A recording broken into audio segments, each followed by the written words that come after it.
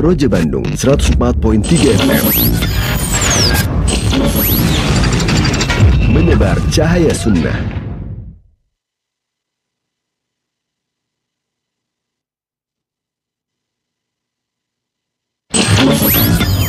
Kajian Islam ilmiah di Roja TV dan Radio Roja. Dalam rangka menjunjung tinggi keotentikan, kejernihan hadis Nabi SAW, maka para ulama periwayat hadis pun perlu dijelaskan kesalahan mereka. Ketika seorang meriwayatkan hadis, kesalehan tidak cukup. Saksikanlah kajian Islam ilmiah di Roja TV dan Radio Roja.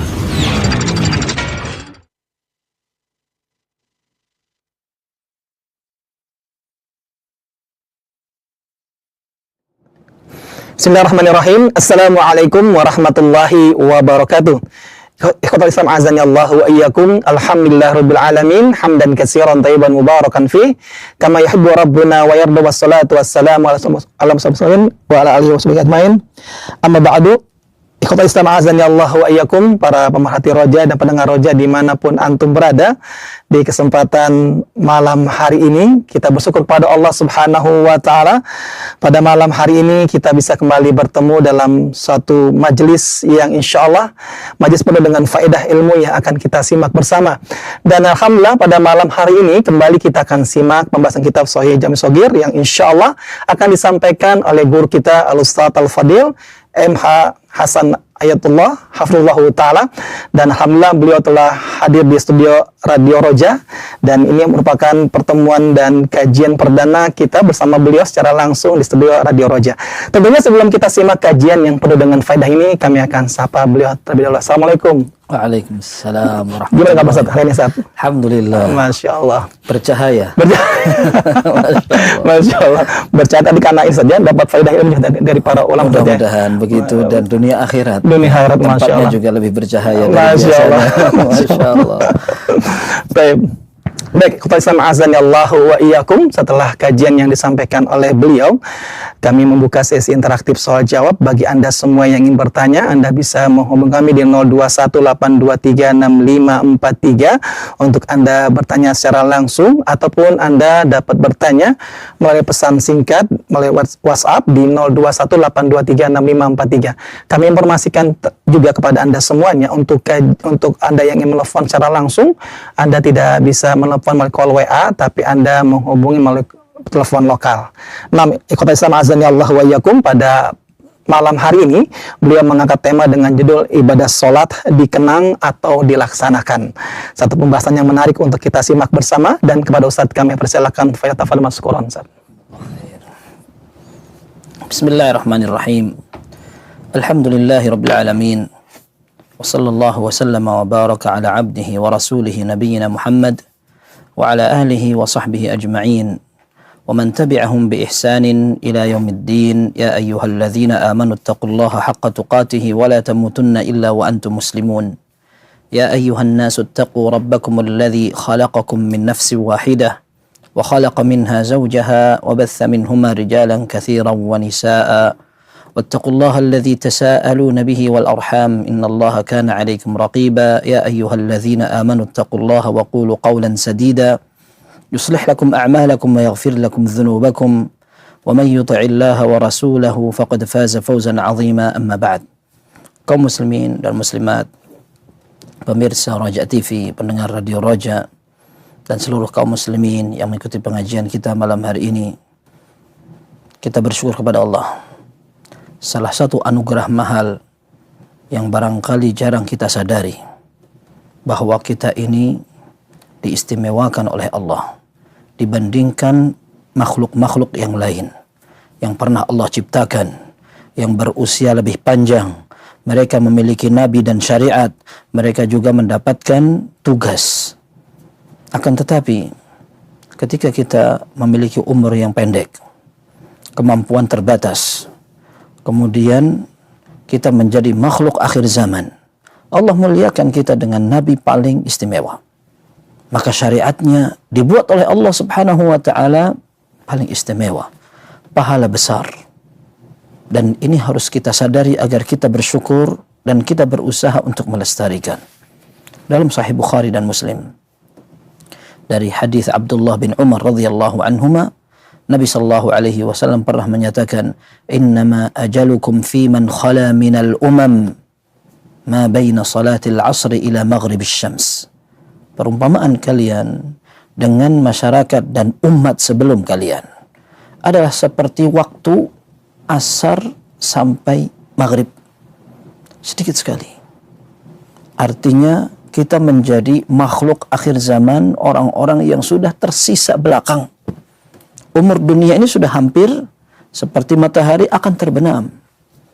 Kemudian Nabi sallallahu alaihi wasallam menyatakan, "Wa innama mathalukum wa mathalu man khala minal umam kamathali rajulin ista'mala ummala." Perumpamaan kalian dengan umat-umat sebelum, artinya dalam hal ibadah, diumpamakan seperti orang yang menyewa tukang, kuli atau pekerja.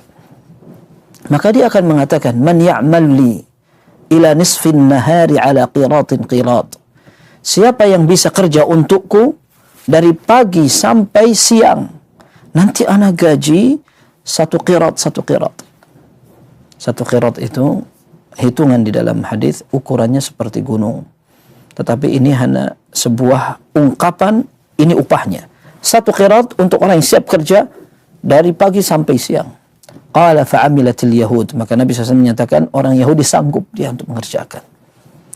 Kemudian selesai dari tugasnya, maka orang tadi mengatakan, "Man ya'mal li min nisfin nahari ala ila al-asr ala qiratin qirat." Siapa yang bisa lanjutkan dari siang sampai sore, nanti upahnya adalah satu qirat yang sama. Qala fa'amilatin nasara. Maka orang-orang Nasara yang melanjutkan. Thumma qala man ya'mal li min al-'asr ila maghribis syams ala qiratain. Siapa yang bisa lanjutkan dari asar sampai maghrib, nanti upahnya 2 kali lipat. 2 qirat. Qala fa antumhum. Nabi sallallahu alaihi wasallam menyatakan, kalianlah orangnya. Kerja di waktu dan limit yang lebih pendek, tapi upah lebih besar. Itu yang Allah tentukan. Dalam hadis dikatakan, "Faghadibatil yahud wan nasara faqalu ma lana aktsaru amalan wa aqall 'ata'an." Mereka protes, orang Yahudi dan orang Nasrani.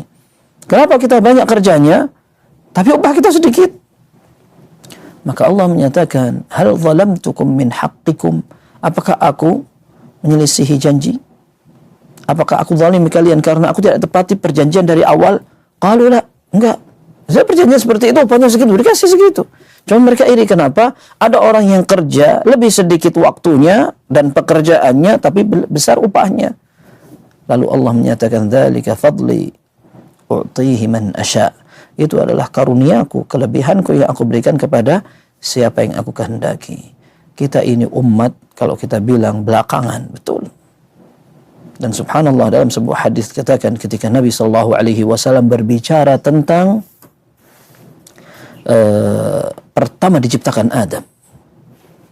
Nabi Adam diciptakan sittuna dzira'an, 60 hasta. 60 hasta, tinggi sekali. Dalam hadis yang sahih dikatakan, "Falam yazal yanqusul khalqu ba'du hatta al-an." Semakin ke sini makhluk itu semakin berkurang. Semakin pendek, semakin lemah, umur semakin juga singkat. Kalau Nabi Nuh berdakwah 950 tahun, Nabi sallallahu alaihi wasallam menyatakan, "A'maru ummati ma baina 60 ila 70 wa aqalluhum man yajuz dzalik." Umatku rata-rata 60 sampai 70 tahun, sedikit yang bisa lebih.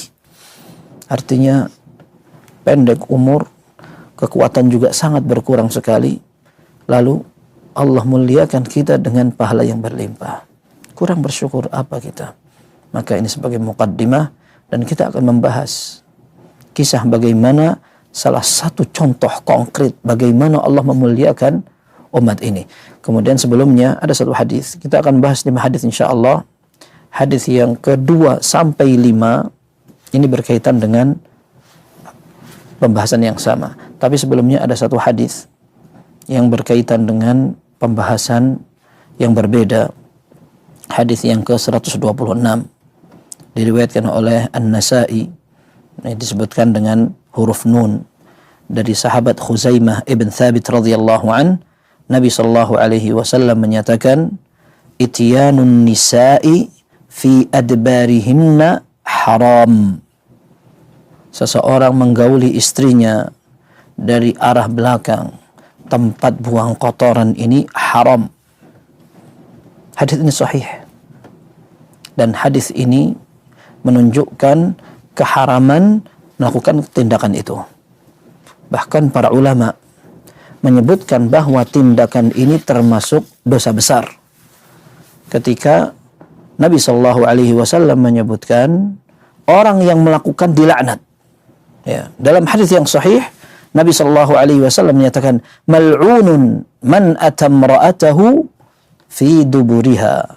Orang yang menggauli istrinya dari arah belakang, bukan dari arahnya sebenarnya, tapi dari tempat untuk buang hajat, maka dia dilaknat. Dilaknat artinya dijauhkan dari rahmat Allah Subhanahu wa taala. Kemudian orang itu melakukan dosa besar, seperti para ulama ketika mereka menjelaskan tentang dosa. Ada yang besar, ada yang kecil. Di antara tanda dosa besar adalah Allah laknat, Allah murka.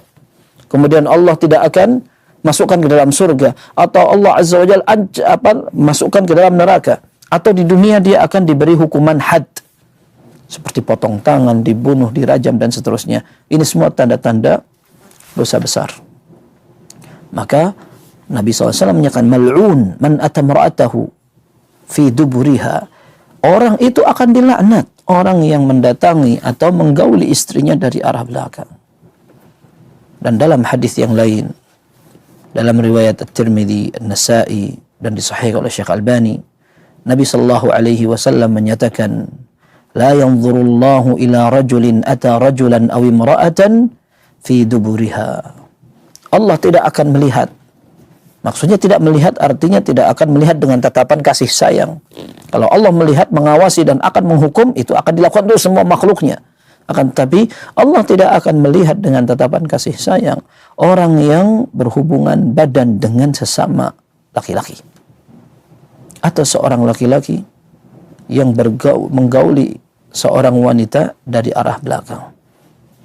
Dan subhanallah, para ulama mengatakan orang yang melakukan tindakan itu kotor luar dalam. Ya, secara naluri dan fitrah orang tidak suka, jijik. Kemudian yang kedua, secara syar'i dilaknat. Dan sebenarnya kaum muslimin tidak akan terarah ke tindakan macam-macam. Karena secara fitrah orang kalau belum rusak dan tidak dirusak, dia berada dalam garis yang lempeng lurus. Tetapi kita berada pada makar orang-orang rusak. Sehingga kita ini sering sampai menanyakan sesuatu yang barangkali tidak terbayang. Saya pernah mendengar Syekh Saleh Fauzan hafizahullah. Beliau ditanya tentang orang yang melakukan percumbuan dengan gaya yang menjijikkan. Maka Syekh mengatakan, subhanallah, ini enggak kebayang. Kaum muslimin yang terbiasa dengan kebersihan, dengan cara terhormat, kalaupun ketika dia melakukan tindakan halal dalam urusan syahwat, dia akan melakukan dengan cara yang sesuai dengan akal. Tetapi kenapa pertanyaan seperti ini harus ada ketika kaum muslimin banyak bergaul dengan orang-orang non-muslim dengan gaya yang syahwani, memperturutkan hawa nafsu, ya, seperti makhluk yang tidak berakal. Makhluk yang tidak berakal pun tidak sampai sekeji itu. Akan tapi sekarang manusia, na'udzubillah, dibuat sekotor itu. Maka kita katakan, kita berdoa kepada Allah agar Allah melindungi kita dari segala fitnah, kerusakan, dan terutama cobaan, entah itu syubhat atau syahwat. Dua-duanya mengerikan. Terutama akhir zaman, ilmu semakin menipis, orang-orang saleh juga lemah. Maka tidak ada yang jamin bahwa dia akan selamat. Maka kita minta kepada Allah agar kita terlindungi dari itu. Tetapi setidaknya sebagai orang yang beriman, kita membaca rambu-rambu syariat. Sesuatu yang jelas kelihatan haram, tinggalkan. Yang meragukan, tinggalkan. Ya. Ini pembahasan yang sebenarnya seorang muslim sudah tahu. Al-Imam An-Nawawi rahimahullah sampai mengatakan para ulama sepakat ini haram. Ini haram. Bahkan mazhab yang 4, kemudian jumhurus salafi wal khalaf, ya. Jumhur para ulama yang dulu dari kalangan sahabat, tabi'in dan juga setelahnya maupun orang-orang belakangan, mereka mengatakan ini tidak boleh. Ya, maka ini harus dihindari. Tentu ini berbeda ketika seseorang ingin berhubungan badan meskipun dari arah belakang, akan tetapi tempatnya fi maudhi'iz zar'. Fi maudhi'iz zar' artinya tempat untuk Allah jadikan sebab peranakan. Ini tidak masalah. Dalam Sahih Bukhari dan Muslim, sahabat Jabir bin Abdullah radhiyallahu anhuma mengatakan, "Kanatil yahudu taqul idza ata ar-rajulu imra'atahu fi duburiha aw min duburiha fi qubuliha kana al-waladu ahwal." Kalau ada seseorang, ini dulu kata Jabir bin Abdullah, beliau cerita tentang mereka ketika banyak interaksi dengan orang-orang Yahudi di Madinah. Maka orang Madinah ketika memiliki pendapat, keyakinan, seringkali dinukil oleh orang-orang Arab. Maka mereka menceritakan, orang Yahudi mengatakan atau meyakini kalau ada seseorang yang mendatangi atau menggauli istrinya dari arah belakang, tetapi tempatnya tetap di tempat yang diizinkan oleh Allah Subhanahu wa taala, tapi nanti anaknya akan menjadi matanya kerok, kalau orang bilang itu juling, ya. Maka Nabi SAW ditanya oleh para sahabat, ini benaran apa enggak? Ternyata Allah menyatakan, fa'tu harthakum anna syi'tum. Lakukan dari arah mana saja, tetapi tetap fi maudhi'iz zara' atau fi maudhi'il harth, di tempat mana yang diizinkan untuk peranakan. Nah, ini tidak apa-apa. Tapi yang kita bahas dengan hadis yang kita bahas tadi tentang dosa besar ketika memang tindakan itu dilakukan di tempat kotoran. Sehingga kita katakan tadi, memang ini diingkari sebenarnya secara naluri, secara akal sehat maupun dari secara syariat. Baik. Ini hadis pertama, lalu kita berpindah kepada hadis yang kedua, dan ini panjang. Kisah tentang Isra Mi'raj. Hadisnya panjang sekali. Kemudian hadis yang ke 3, 4, dan 5 ini adalah sekian potongan yang diriwayatkan sebagai tambahan dalam kisah Isra dan Mi'raj.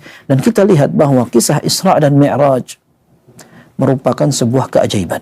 Kalau kita katakan demikian, sudah betul. Dan kita bersyukur. Kita mendengar hadis ini, kisah yang berkaitan dengan perjalanan Nabi SAW. Kita sudah beriman. Kita sudah dilahirkan dalam keadaan percaya. Kita tinggal mengenang dan sering mempelajari. Di saat awal kejadian ini, orang-orang kafir Quraisy betul-betul membuli Nabi SAW, mengajak, menggilakan, kemudian mengecek atau berusaha untuk mendesak Abu Bakar. Ketika mereka mendengar Rasul SAW mengatakan ada kejadian Isra Mi'raj dalam satu malam, sudah sampai ke Palestina, kemudian naik ke atas langit, kemudian turun, lalu kembali ke Makkah. Di malam yang sama mereka tertawakan dan mereka ingin menguji, maukah Abu Bakar masih dengan akal sempurnanya dan sehatnya itu menerima dengan hal yang di luar naluri manusia biasa. Tapi ternyata Abu Bakar radhiyallahu anhu mengatakan, ini siapa yang bilang? Muhammad SAW. Kalau begitu aku percaya. Ada yang lebih besar, aku tidak ingkari. Karena Rasul Shallallahu Alaihi Wasallam menerima wahyu dari langit pun aku percaya. Dalam urusan ini tidak terlalu besar untukku, dan aku percaya. Sisanya para sahabat tidak ini bisa seperti Abu Bakar radhiyallahu anhu. Di zaman sekarang kalau seandainya kita diberi informasi yang luar nalar, kita barangkali akan ingkari. Apalagi seandainya kebanyakan dan mayoritas kaum muslimin tidak seperti itu. Banyak orang yang tidak siap untuk melakukan sebuah aktivitas ibadah sendirian, apalagi bertentangan dengan mayoritas orang. Gak berani. Ya, bagaimana seandainya kita di zaman itu? Maka sekarang ini seluruh kaum muslimin sepakat itu ada kejadian hak dan perintahnya jelas. Maka orang yang paling beruntung adalah orang yang mengerjakan. Baik, hadisnya panjang disebutkan dalam kitab Al-Jami' As-Saghir, dan ini disebutkan dari hadis Anas radhiyallahu anhu dengan sanad yang sahih dalam Sahih Muslim. Kita baca hadisnya panjang. Qala utitu bil buraq. Aku diambilkan buraq. Buraq ini kendaraan yang akan dipakai oleh Nabi sallallahu alaihi wasallam untuk berisra dan mi'raj. Wa huwa dabbatun abyadu tawil. Itu adalah hewan tunggangan yang putih dan panjang. Fauqal himari wa dunal baghl. Kalau dibandingkan dengan keledai dia lebih tinggi. Tapi kalau dibandingkan dengan bighal atau baghl dia lebih pendek. Al-baghl adalah peranakan kuda dengan keledai, sehingga baghl ini lebih tinggi. Nah, buraq sedang-sedang antara baghl dengan keledai. Dikatakan yad'u hafirahu 'inda muntaha tarafihi. Dia ini kalau sudah jalan, dia akan letakkan kakinya di sejauh mata memandang. Maksudnya bagaimana? Kencang. Ketika dia akan meletakkan kaki, semakin jauh dia melangkah, maka semakin cepat gerakannya. Buraq meletakkan dua kakinya di mana mata memandang, jauh sekali. Ini kecepatan tinggi. Dikatakan, farakibtuhu, maka aku naik. Hatta ataitu Baitul Maqdis, sampai aku di Palestina, di Baitul Maqdis. Farabattuhu bil halaqati allati tarbitu biha al-anbiya, maka aku ikat kendaraan ini, aku ikat di halaqah. Halaqah itu seperti besi lingkaran begini, biasanya kalau di pintu untuk gantungan, pegangan, atau untuk mengikat sesuatu. Nah, ini Nabi SAW ikat itu di pintu masjid. Dan dulu para nabi, yang kebanyakan memang mereka di daerah Palestina, maka mereka juga biasa menggunakan itu sebagai tempat mengikat kendaraan mereka. Thumma dakhaltul masjid, aku kemudian masuk masjid. Fasallaitu fihi raka'atain, kemudian aku salat 2 rakaat. Thumma kharajt, aku kemudian keluar. Faja'ani Jibrilu bi ina'in min khamr wa ina'in min laban. Lalu Jibril mendatangi aku membawa 2 wadah. Yang satu isinya susu, yang satu isinya khamr, minuman keras. Fakhtartul laban, lalu aku milih yang susu. Faqala Jibril, maka Jibril mengatakan, ikhtartal fitrah. Kamu telah menentukan dan memilih yang sesuai dengan fitrah. Apa itu fitrah? Fitrah adalah naluri manusia yang masih bersih. Nabi SAW menyatakan, ma min mauludin illa yuladu ala al-fitrah, fa'abawahu yuhawidanihi, au yunassiranihi, au yumajjisanihi. Tidaklah seorang bayi dilahirkan kecuali dia masih suci, bersih di atas fitrahnya. Nanti kedua orang tuanya yang akan mempengaruhi, mengarahkan, dan mencetak dia. Dididik bagaimana? Jadi orang Yahudi, jadi Nasrani, yang Majusi. Sekarang Islam juga sama. Orang kenal agama, dia jadi kenal agama. Orang biarkan dia jadi orang penjahat juga bisa. Tergantung orang tuanya. Tapi secara asal, bayi ketika lahir dalam keadaan fitrah. Baik. Disebutkan di sini bahwa Nabi SAW memilih susu. Dan susu adalah lambang kebersihan, nyaman, diminum tidak berbahaya, bahkan sehat. Berbeda dengan khamr. Dibuat dengan cara yang tidak seperti biasanya, rasanya pun sering pahit, kemudian memabukkan dan bahaya. Nabi SAW memilih yang baik, dan itu sudah sesuai dengan fitrahnya. Maka ada juga yang menafsirkan seperti apa yang disebutkan dalam Al-Quran.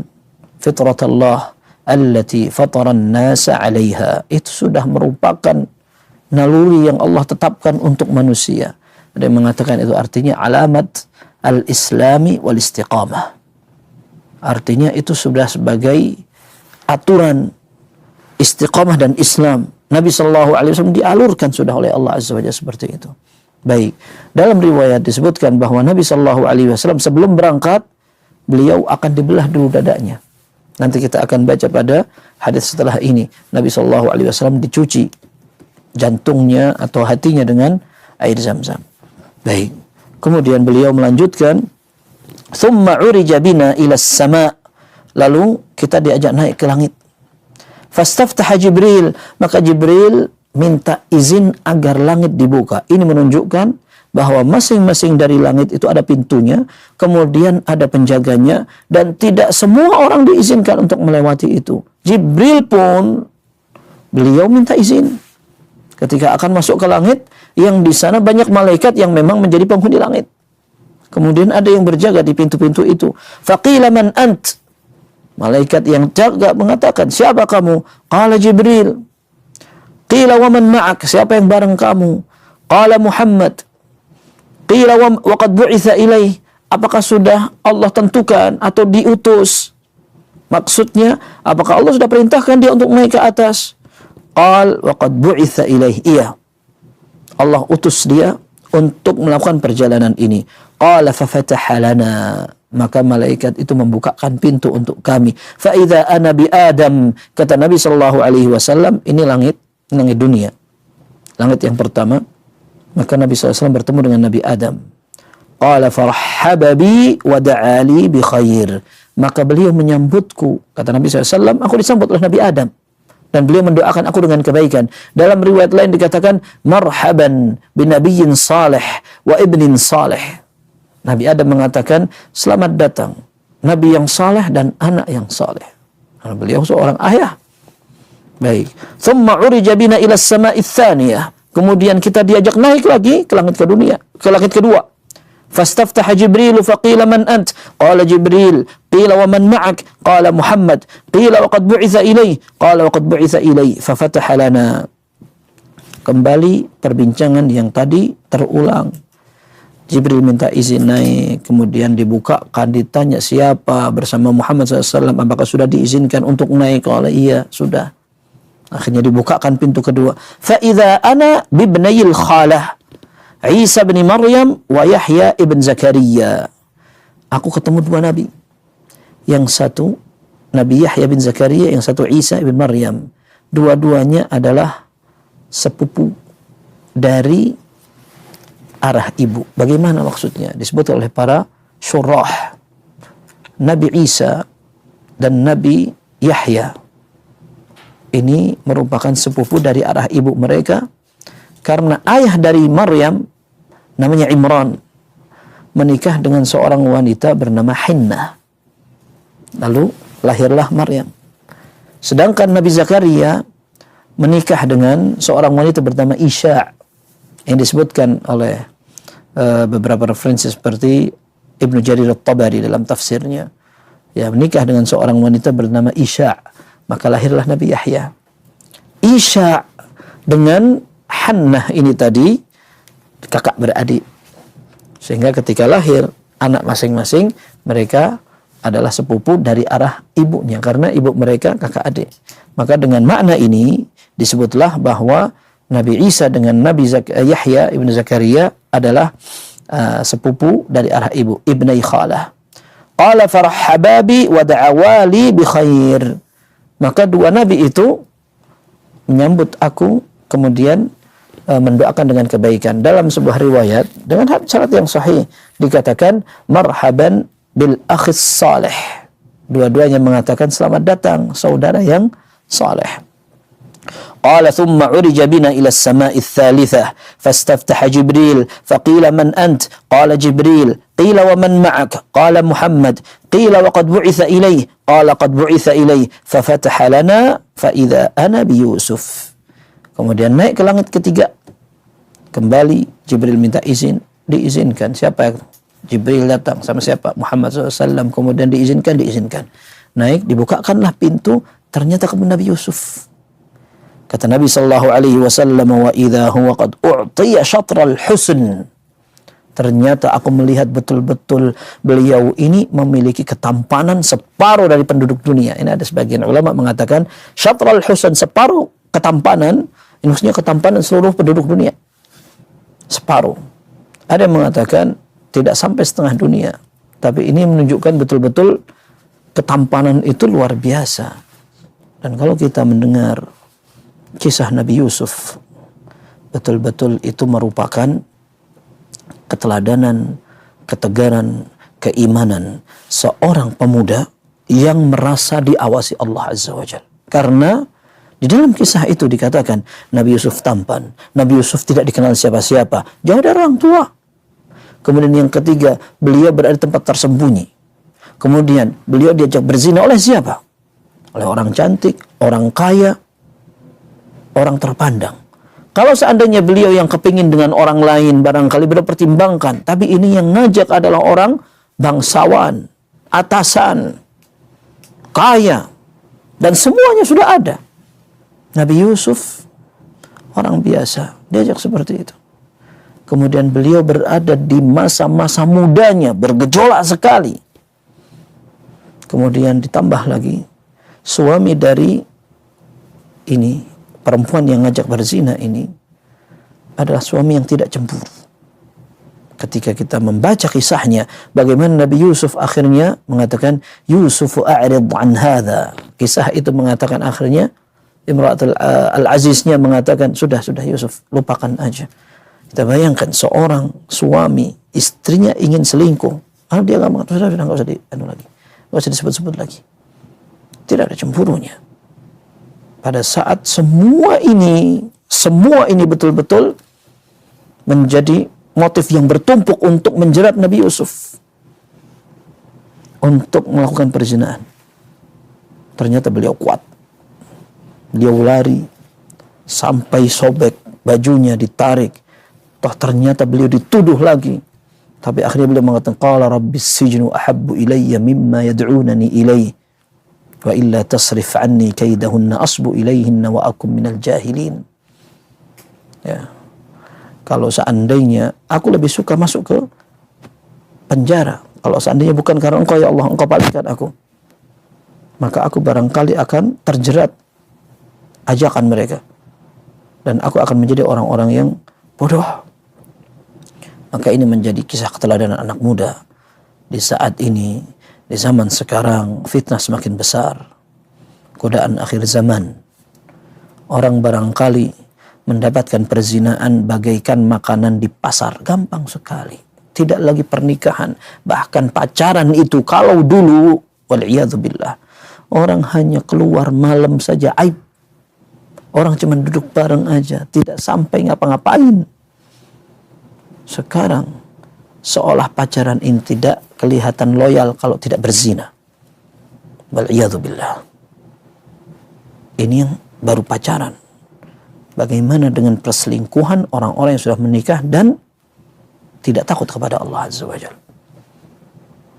Ala kulli hal, ini cuplikan tentang keistimewaan Nabiullah Yusuf alaihissalam. Kemudian Nabi Yusuf memberikan ucapan selamat datang, mengatakan farahhaba bi wa da'ali bi khair. Beliau mengatakan ahlan wa sahlan, selamat datang, dan mendoakan dengan kebaikan. Thumma urija bina ila as-sama'ir rabi'ah. Aku dibawa lagi naik ke atas, ke langit keempat. Fastaftaha Jibril faqila man hadha qala Jibril qila wa man ma'ak qala Muhammad qila wa qad bu'itha ilayh qala qad bu'itha ilayh fafataha lana. Lalu seperti tadi itu terjadi perbincangan, kemudian diizinkan dibukalah, kemudian fa'idha ana bi Idris, ternyata aku ketemu dengan Nabi Idris. Farahhaba bi wa da'ali bi khair qala Allah wa rafa'nahu makanan 'aliyya. Maka dia sambut aku dengan mengatakan marhaban bil akhis salih, selamat datang saudara yang saleh. Kemudian aku didoakan dengan kebaikan dan aku ingat firman Allah Subhanahu wa taala, aku tinggikan derajat Nabi Idris dengan tempat yang tinggi. Baik. Lanjut lagi Nabi sallallahu alaihi wasallam tambah ke atas. Tsumma urija bina ila as-sama'il khamisah. Aku diangkat, diajak terus ke atas sampai ke langit kelima. Fastaftaha Jibril faqila man hadha qala Jibril qila wa man ma'ak qala Muhammad qila wa qad bu'itha ilayh qala qad bu'itha ilayh. Fafataha lana. Setelah dibukakan pintu langit kelima, fa idza ana biharun. Ketemu dengan Nabi Harun di langit kelima. Farahaba bi wa da'ali bi khair. Disambutnya aku dan didoakan aku dengan kebaikan. Dan ini menunjukkan bahwa para nabi ketika mereka bertemu, ini menjadi kebiasaan mereka saling mendoakan dengan kebaikan. Ketemu cuma enggak tanya kabar aja. Di mana aja ketemu? Kita ucapkan salam, ditanya, kemudian kita doa, dan itu merupakan kebiasaan orang-orang baik, orang-orang saleh. Mendoakan, semoga Allah jaga kamu, semoga kita selalu dibimbing Allah, dan seterusnya. Begitu. Kemudian, thumma urija bina ila as-sama'i as-sadisah, fastaftaha Jibril, faqila man hadha, qala Jibril, qila wa man ma'ak, qala Muhammad, qila wa qad bu'itha ilayhi, qala qad bu'itha ilayhi, fafataha lana. Langit ke-6. Sama dengan yang tadi, diizinkan, akhirnya masuk. Fa'idha ana bi Musa. Ini kita ingat-ingat nih, Nabi Musa di langit ke-6. Kenapa demikian? Sebentar lagi akan terjadi obrolan. Dan ketika Nabi SAW lewat ke Nabi yang ada di langit ke-7, enggak ada masalah. Tapi sampai Nabi Musa, ternyata beliau memberikan masukan dan penekanan. Dan ini menunjukkan yang pertama, pengalaman. Yang kedua, perhatian. Nabi Musa AS, beliau berada di langit ke-6. Farahaba bi wa da'ali bi khair. Maka beliau sambut aku dan mendoakan aku dengan kebaikan. Thumma urija bina ila as-sama'i as-sabi'ah. Nah, ini dalam sebuah riwayat yang lain dikatakan Nabi Musa ini ketika melihat Nabi SAW naik, beliau sempat menangis. Kemudian ditanya oleh Allah, kenapa kamu menangis? Dia mengatakan, aku tidak sangka ternyata ada seorang nabi setelah aku, lebih muda dari aku. Ternyata dia diangkat naik ke atas lebih tinggi dari derajatku. Kemudian ternyata pengikutnya lebih banyak dari pengikutku. Dan memang nabi yang paling banyak pengikutnya setelah Rasul SAW Nabi Musa.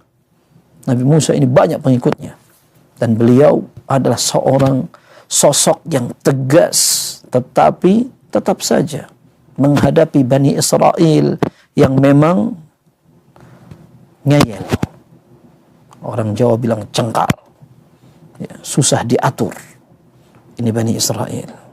Maka Nabi SAW naik ke langit ke-7. Fastaftaha Jibril. Faqila man hadha. Qala Jibril. Qila wa man ma'ak. Qala Muhammad. Qila wa qad bu'itha ilayhi. Qala qad bu'itha ilayhi. Fafataha lana. Naik ke langit ke-7. Kemudian bertemu lagi dengan malaikat. Diizinkan. Kemudian setelah dibuka. Fa'idha ana bi Ibrahim. Ketemulah aku dengan Nabi Ibrahim.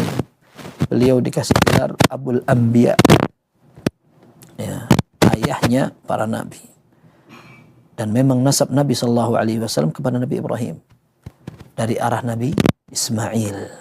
Berbeda dengan Nabi Yusuf. Arahnya dari Nabi Ishaq. Ya'qub. Kemudian Ishaq. Kemudian Nabi Ibrahim. Sehingga dikatakan Nabi Yusuf itu orang yang sampai 4 turunan Nabi semua. Yusuf, ibnu Ya'qub, ibnu Ishaq, ibnu Ibrahim. Nabi, ibnu Nabi, ibnu Nabi, ibnu Nabi. Dalam hadis dikatakan demikian. Nah, Nabi SAW dari Nabi Ismail, Nabi Ibrahim. Ketemu Nabi Ibrahim. Musnidan zahrahu ilal baitil ma'mur. Disebutkan Nabi Ibrahim ini bersandar.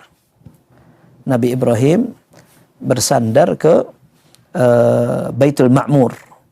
Ada sebagian syurah mengatakan bahwa Nabi Ibrahim ini beliau seperti di Ka'bah, bersandar seperti para kalau di bumi ada Al-Ka'bah, kalau di langit ada Al-Baitul Ma'mur, dan tempatnya ada yang bilang sama, lurus, dan Nabi Ibrahim hanya sandar. Ada sebagian syurah mengatakan karena ketika beliau sudah wafat, ketika beliau sudah tidak memiliki kewajiban untuk beribadah dan sholat, sudah beliau santai istirahat. Beliau bersandar ke arah ke arah kiblatnya itu tadi, para malaikat. Baik, dikatakan di Baitul Ma'mur, wa idza huwa yadkhuluhu kulla yawmin 70,000 malak. Ternyata Baitul Ma'mur itu setiap hari dimasukin 70.000 malaikat. La ya'uduna ilaih. Kalau sudah masuk, kemudian mereka keluar, nggak masuk lagi. Thumma dhahaba bi ila sidratil muntaha. Dan tadi itu kisah yang menunjukkan bahwa tempat ini mulia banget. Kalau kita lihat Ka'bah sekarang, orang umroh bejibun sampai full penuh. Orang kadang mau umroh agak ragu-ragu melihat, kok padat sekali ini Ka'bah ini. Kita bayangkan itu orang, mungkin mereka sudah ada beberapa kali yang tawaf, umroh lagi. Kalau ini Baitul Ma'mur, Ka'bahnya malaikat istilahnya, tempat ibadah mereka, dimasukin 70.000 malaikat setiap hari.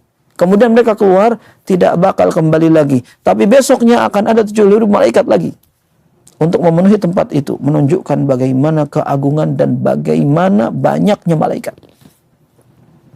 Malaikat adalah makhluk yang tinggal di arah langit. Sampai dalam hadis yang sahih dikatakan attatis sama wa huqqa laha an ta'id. Ini sampai langit ini ngerengek-ngerengek. Seperti bayi yang sedang mengeluarkan suara karena sakit. Merengek langit itu. Dan pantas langit akan merengek. Karena tidak ada satu arah, satu jengkal tempat orang untuk meletakkan tempat. Ya, tidak ada tempat kosong. Full, malaikat banyak sekali. Malaikat menghuni langit banyak sekali. Nah, ini di antara mereka ada yang membawa arsy, ada yang ditugaskan Allah untuk tasbih, ada yang ditugaskan untuk menjaga gunung, mengatur, dan seterusnya. Dan ini malaikat adalah makhluk yang la ya'sunallaha ma amarahum. Tidak pernah membangkang perintah Allah. Apa yang diperintahkan sama mereka dikerjakan semuanya. Ini malaikat. Ya, dan sekarang mereka ini jumlahnya besar sekali. 70.000 setiap hari. Dan tidak disebutkan apakah 70.000 ini masuk Jibril atau Mikail atau Malakul Maut. Tidak disebutkan. Dan bisa jadi mereka 70.000 betul-betul malaikat yang kerjanya untuk itu aja, ibadah itu. Ya. Dan ini 70.000 kalau sudah masuk, keluar tidak akan masuk lagi. Dan besok ada 70.000 rombongan lain yang akan memadati Al-Baitul Ma'mur. Nabi Ibrahim sedang sandaran di situ. Kemudian Nabi SAW menyatakan, "Tsumma dhahaba bi ila sidratil muntaha." Lalu aku diajak ke Sidratul Muntaha. Sidratul Muntaha ini ada yang mengatakan, sebagian syurah, artinya adalah sebuah pohon yang Allah ciptakan.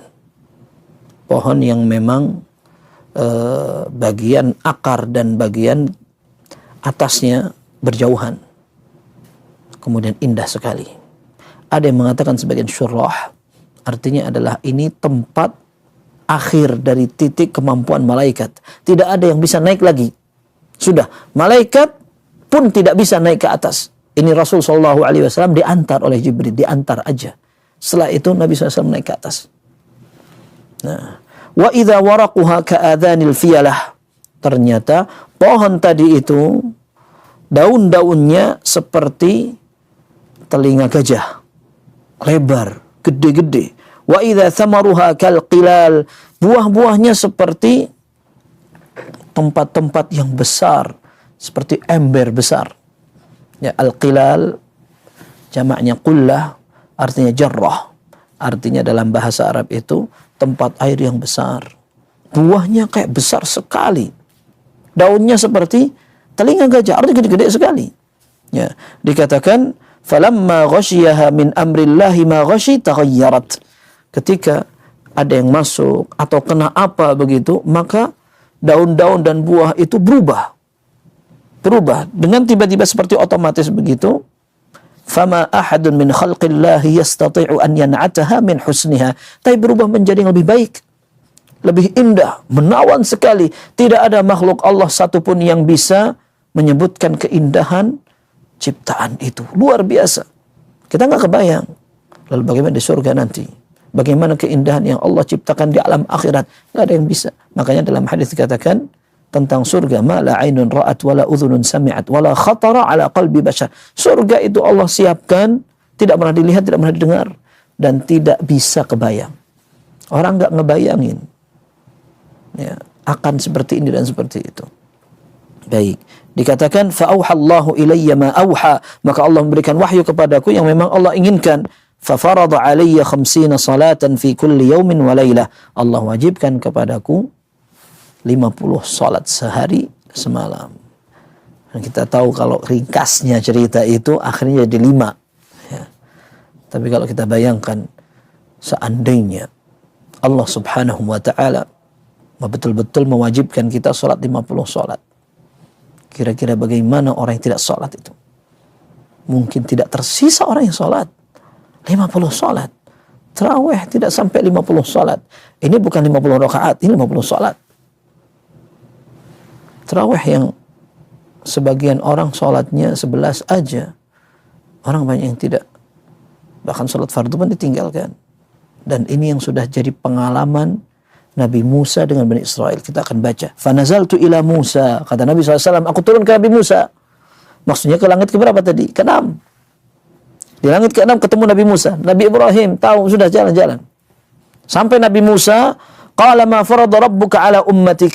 Apa yang diwajibkan Allah kepada umatmu? Dalam riwayat dikatakan, ma ahida ilaika rabbuk. Apa yang sudah diperintahkan Allah kepadamu? Qultu 50 salatan. Aku bilang 50 salat. Qala irji' ila rabbika fasalhu at-takhfif fa inna ummataka la tutiqu dhalik fa inni qad balawtu bani Israila wa khabartuhum faraja'tu ila rabbi faqultu ya rabbi khaffif an ummati fahatta anni 5. Katakan balik kepada Allah. Kamu minta keringanan, tidak bakal umatmu mampu.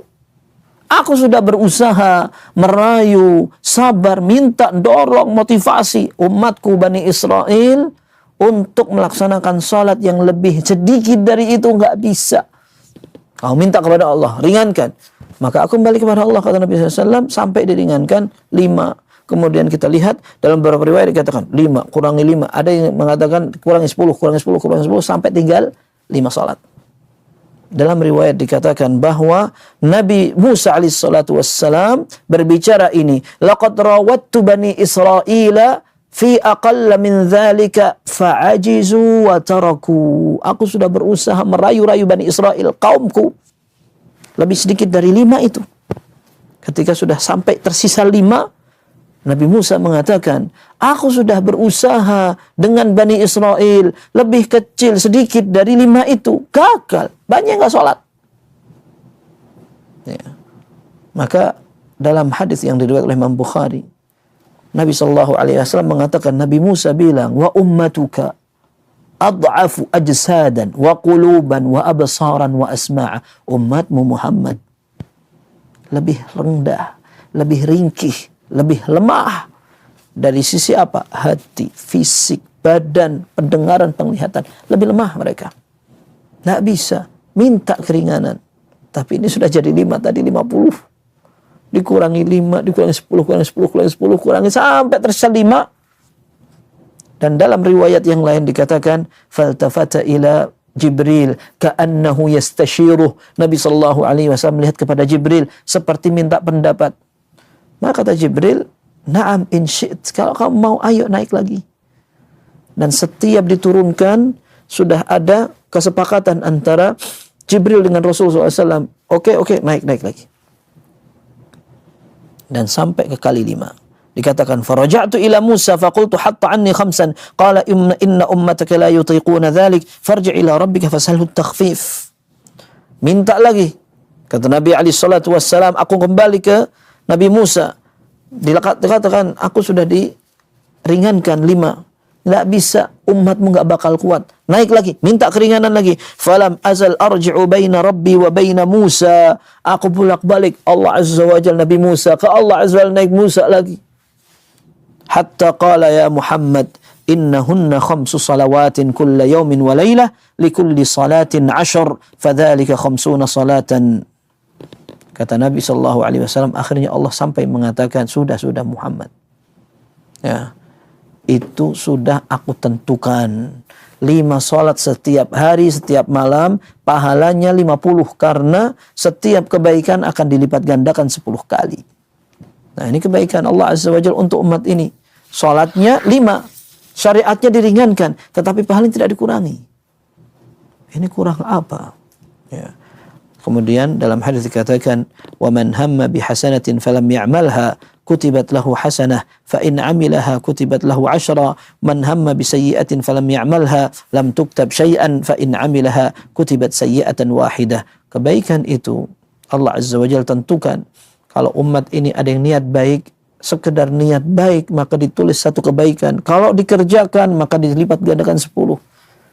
Tapi kalau dia niat jelek, maka Allah tidak tuliskan pahala kejelekan apapun. Kalau dia kerjakan, niat plus kerjakan, dieksekusi itu, niat itu, maka Allah Azza wa Jalla akan tulis satu keburukan. Ini merupakan keistimewaan umat ini. Ibnu Rajab Al-Hambali rahimahullah dalam hadis yang berkaitan dengan ini, beliau mengatakan bahwa niat yang saleh betul-betul akan berpahala.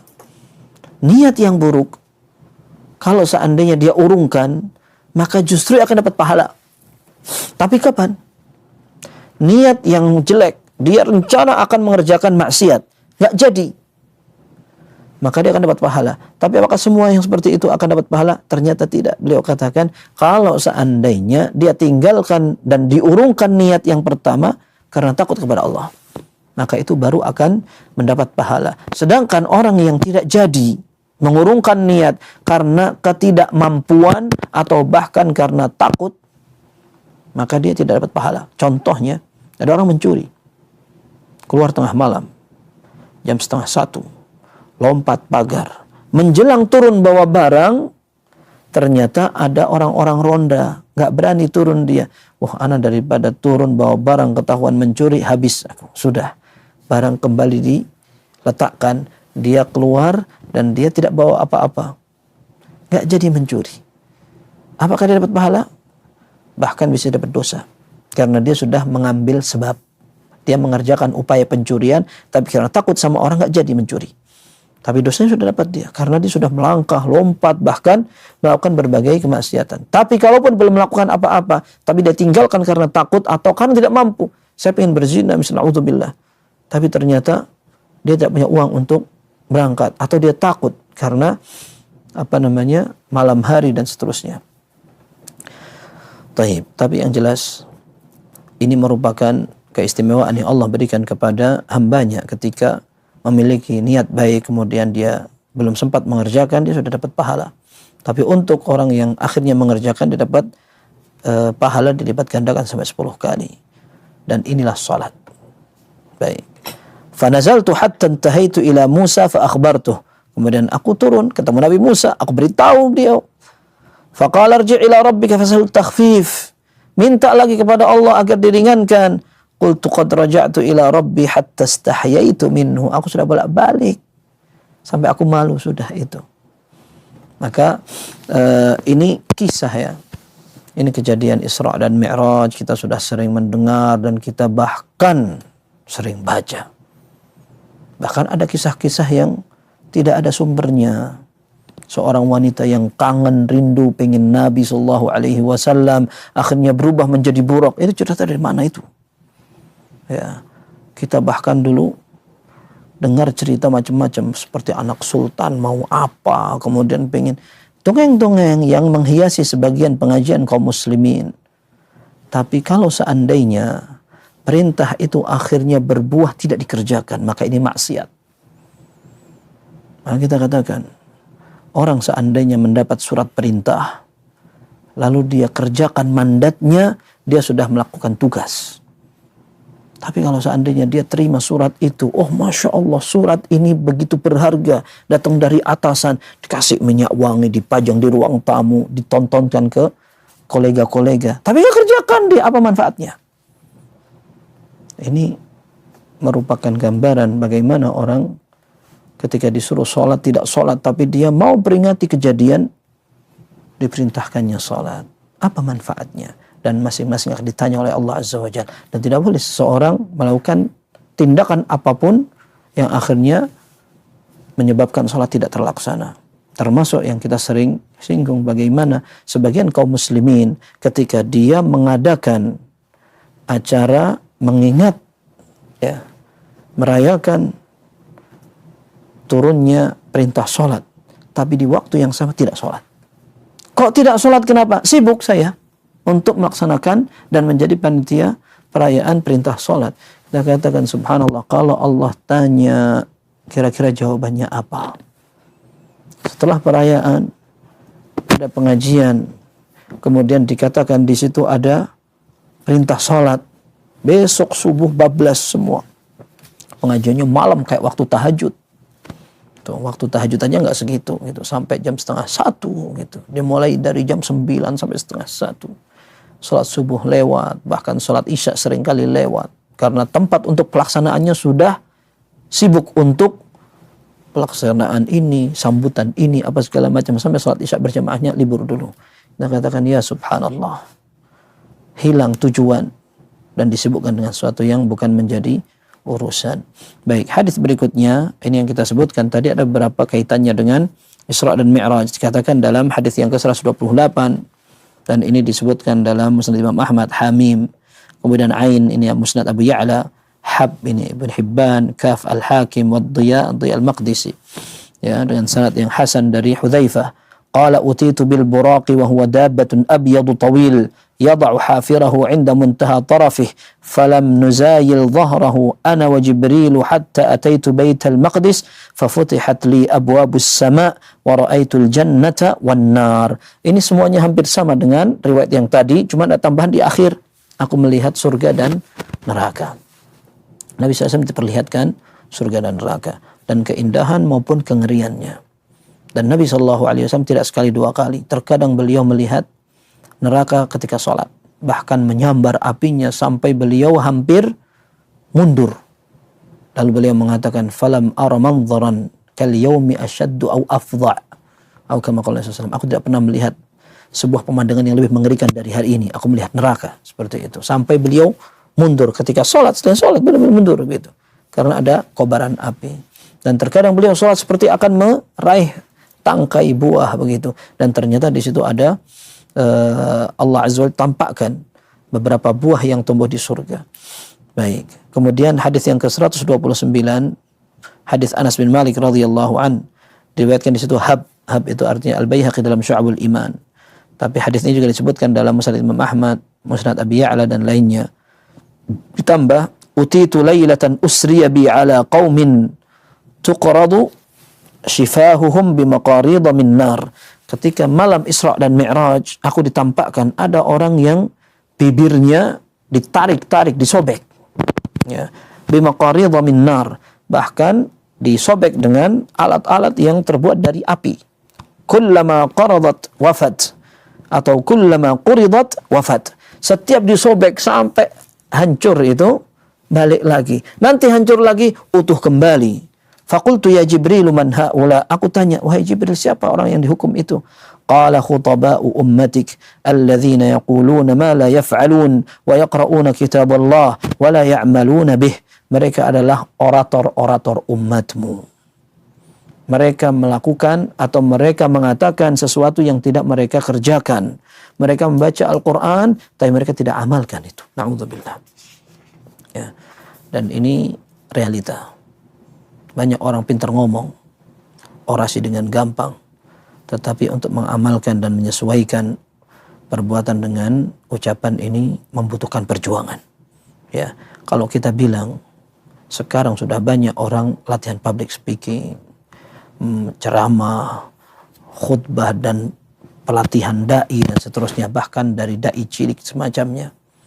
Tapi ada yang lebih penting dari itu, bagaimana menumbuhkan kesadaran seorang muslim agar dia memiliki tanggung jawab. Jangan berpikir tentang tanggung jawab pada orang lain, tanggung jawab pada diri sendiri.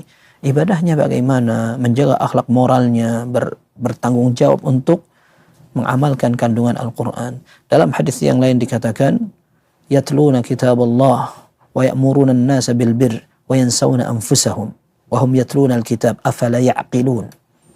Mereka ini orang-orang yang memerintahkan kaum muslimin atau orang lain untuk melakukan kebaikan, tapi mereka melupakan diri mereka sendiri, padahal mereka membaca Alkitab. Tidakkah mereka berpikir? Itu dalam hadis dikatakan demikian. Mudah-mudahan Allah jaga kita dari yang seperti itu. Terakhir hadis yang ke-130 masih ada kaitannya dengan Isra dan Mi'raj. Dari hadis Anas dalam Sahih Muslim dikatakan, utitu lailata usriya bi au ataitu lailata usriya bi. Aku datang di malam Isra dan Mi'raj, perjalanan malam itu. Dalam riwayat lain dikatakan yang datang Jibril. Fantalaqa bi atau fantuliqa bi, aku diajak ila Zamzam, ke sumurnya, ke sumur Zamzam. Fasyuriha an sadri, kemudian dadaku dibelah. Dalam Sahih Bukhari disebutkan syuriha min thughrati nahrihi ila syi'ratih. Jadi beliau ini dibelah dari bagian atas dadanya. Jadi pertemuan antara dada dengan leher ini dari sini dibelah sampai syi'rah. Syi'rah itu tempat di bawah pusar, dibelah. Kemudian thumma ghusila bima'i Zamzam. Dalam riwayat lain dikatakan dikeluarkan itu memang salah satu organ Nabi sallallahu alaihi wasallam. Kemudian dikatakan hadza hadzus syaitani mink. Ini adalah jatah untuk gangguan setan kepada Muhammad. Bersihin. Dan Nabi SAW nggak bisa lagi untuk diganggu. Maka Nabi SAW beliau dijaga oleh Allah Subhanahu Wa Taala. Tidak bisa qarin atau setannya mendekati beliau, sudah tidak bisa. Karena di antara sebabnya ini. Kemudian dicuci dengan air Zam-Zam, thumma unzil, kemudian dikembalikan lagi. Dalam riwayat yang lain disebutkan dalam Sahih Bukhari, thumma ja'a bi tastin min dhahabin mamlu'in hikmatan wa imana.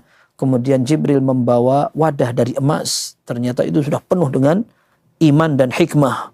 Kemudian dikatakan fa'afraghahu fi sadri thumma atbaqah. Kemudian dituangkan di dadaku. Kemudian ditutup lagi. Thumma akhadha biyadi fa'urija au fa'araja bi ila sama'id dunya. Setelah selesai proses pembersihan itu, aku diajak, digandeng untuk melakukan perjalanan itu. Intinya ini perjalanan sakral. Ini adalah akidah orang beriman, dan di antara bukti kita percaya dengan Nabi SAW, kita percaya apa adanya. Dan ingat, yang lebih penting dari itu, salat. Dan ini adalah pesan inti. Ini yang dapat kita pelajari, semoga bermanfaat. Kurang lebihnya mohon maaf. Wassallallahu wasallam wa baraka ala abdihi wa rasulihi nabiyina Muhammad wa alihi wa sahbihi ajma'in. Walhamdulillahi rabbil alamin. Alhamdulillah Ustaz. Jazakumullah khairan, barakallahu fikum atas materi yang telah disampaikan di malam hari ini. Satu